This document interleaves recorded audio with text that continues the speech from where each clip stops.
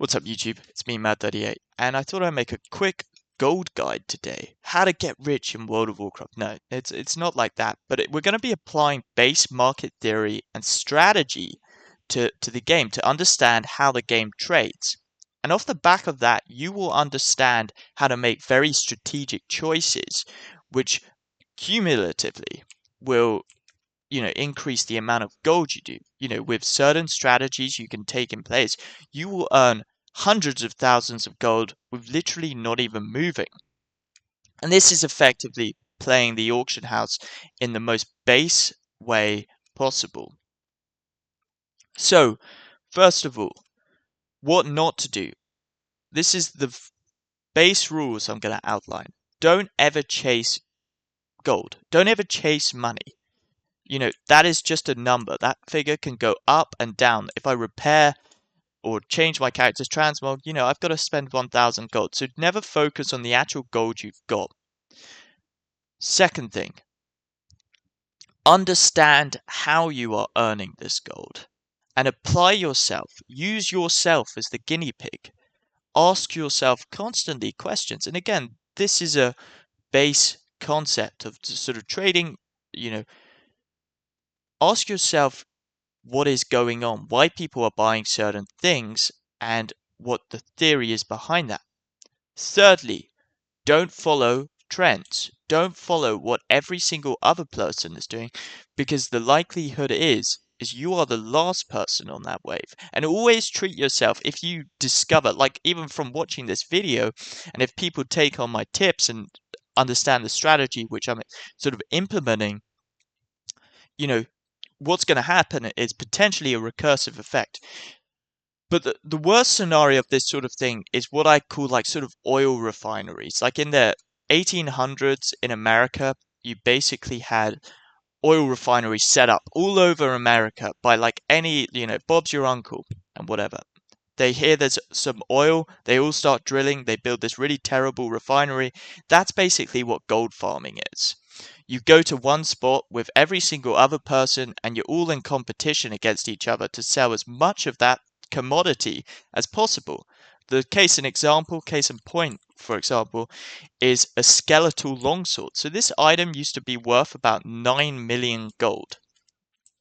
And if you listen in carefully, this is a really important thing. When Blizzard brought it back on the loot tables, everyone just went and farmed the skeletal longsword to the point where it's literally about 1,000 gold. And yeah, that's insane. From about 9 million crash to 1,000 gold because everyone was just farming it. And I was watching in real time as it was going down 20,000 gold. And I was like, do I hoard or do I sell? When something like that happens, you want to sell. You want to sell as fast as possible. That's when you have to follow the trend. Because with transmog, once the person has it once, they don't ever need it again. So that's the problem with transmog, the auction house and transmog. Another reason, and this all points into the objective that the auction transmog market is completely dead. Ask yourself how many times a day you've ever considered going onto the auction house and spending 10,000 gold. That's not very much gold. You can earn that in an hour or less just by doing world quests. Not very often.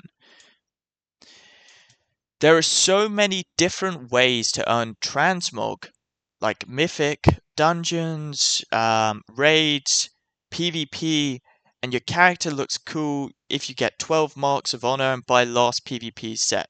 People generally aren't going into the auction house with the mindset of buying transmog. So, what is the auction house used for? And markets change as well. Like if the auction house, like if everything was bind on equip from epic raids or whatever, heroic raids, mythic raids, people would sit there buying through the auction house. Maybe for transmog. But with midnight coming as well, that likelihood is really going lower and lower because the transmog market is just, there's so many, there's the trading post as well. Think of variables, think of how people do things. So if you watch a video which says farm Tibu's blazing longsword XYZ and you'll get hundreds of thousands of gold, yeah, you might in 2 years' time of hoarding as many blazing longswords as possible. But that is not a sustainable method. It's a waste of time. You're having to log in every day. What I'm going to teach to you today is base market principles. Understand what is being traded and what takes the least amount of seconds for someone to consider buying. So, what is that? Yesterday, I spent 10,000 gold on the crafting orders. Why was that? Because I could craft myself a 727 piece of gear to do Mythic Plus. I didn't even care how much gold I spent because I wanted to do Mythic Plus. A lot of gold in circulation at the moment is in this secondary market. It's things being traded like vicious bloodstones, alloys, all to the crafting orders, and people who want to do content, people who want to do PvP and push PvP, they need to craft their PvP gear. So they're not going to think how much gold they're actually spending, and they're going to keep spending that. So you've got a constant flow of trade going through. And this is brilliant because it leads me on to my next point. People want instant gratification. They want to get their gear and they want to do the content. They don't care about their gold. So you're basically setting yourself up in the position to angle yourself where people don't care about spending gold, you're making gold. And always think about that. When you're buying and selling on the auction house, you're either winning or you're losing. Someone's beating you. If you're selling skeletal longswords in a sell wave where the price just completely collapses, you're likely winning because someone who's buying those longswords is losing because 2 months later they could get them for like 10 gold or 50 gold. So that's the concept. That's how you should always approach looking at a market, looking at an exchange, looking at anything where you buy and sell. So what's the next thing? This is just a base example of what's going on. Every single season, players rethink, they re-gear, they get more gear, the rush happens again. So if you seasonally position yourself to earn money off the back of the millions of players who are just not thinking about how much gold they spend, then you are literally sitting on gold mines. And multiple people can do this. You're not going to be in much competition. Because something like vicious bloodstones, for example, and now I'm going to bring up Excel document. Guys, 8-minute video so far. I'm going to bring up my Excel document. As you can see here, boom, boom. This is really basics.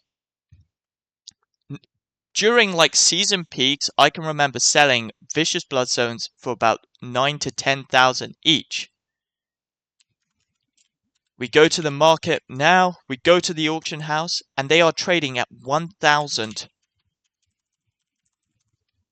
Vicious bloodstone. Yeah, they're trading at 1,000 gold. The price is going down. It's going down further and further. Someone's been, stockpiling them here. So the price is going down further and further and further. Really, really interesting. So what's the theory? If you buy low and sell high, you trade in intervals. If you stockpile vicious bloodstones, if I'd stockpiled vicious bloodstones from season 1 and waited till the start of season 2, that price. Shit, I forgot to turn off this. Let's go. Vicious bloodstone. See, for example, here, you've got the Vicious Bloodstones. They were trading at 10,000 at the start of the season. At the end of the season, they're trading at 1,000. So when do you want to buy them? You want to buy them at 1,000 and wait till the next season. Obviously, you won't do this now because we're going into a new expansion and this Vicious Bloodstone is going to be irrelevant. But season 1 of Midnight, at the end of it, when people have just got so many of these Vicious Bloodstones, all of their ults are fully geared, they won't care about this. So stockpile them. Stockpile a Vicious Bloodstone when it's trading at £1,000, 1,000 gold, when it's trading at 1,000 gold, and then sell it when season 2 comes around. And again, as I've spoken, the skeletal longsword, the more the more you put in on the marketplace, the more the price goes down. Okay, that's a very the more there is trading, the more it will go down. But if it's all trading at an all-time high, you want to sell fast. You want to sell fast. What's another website to use? Well, go vicious here. So this website here, WoW Price Hub. I mean, except for the advertisement being at the top, ignore all of this sort of stuff. This stuff is rubbish, okay? It doesn't matter. Focus on the graph here and you can look about how the price has gone down. You can see within the last week, it's halved. That is essentially human psychology playing into place. That's someone selling at big stacks. And yeah, I think this video has gone on for a bit long and I'm rambling slightly. But buy at the end of seasons and sell at the start and you will earn insane profits in the game. And that literally takes nothing. With 100,000 gold, which isn't that hard to earn, you can literally buy a WoW token and turn that into vicious bloodstones at season 1 of Midnight or whatever. And you will earn like if I sold 1,000 for like 7,000, it's like 7 million gold. 7 million gold from from 1 million. That's insane. Anyways, I thought that would make an interesting video. So peace out. Thanks for watching.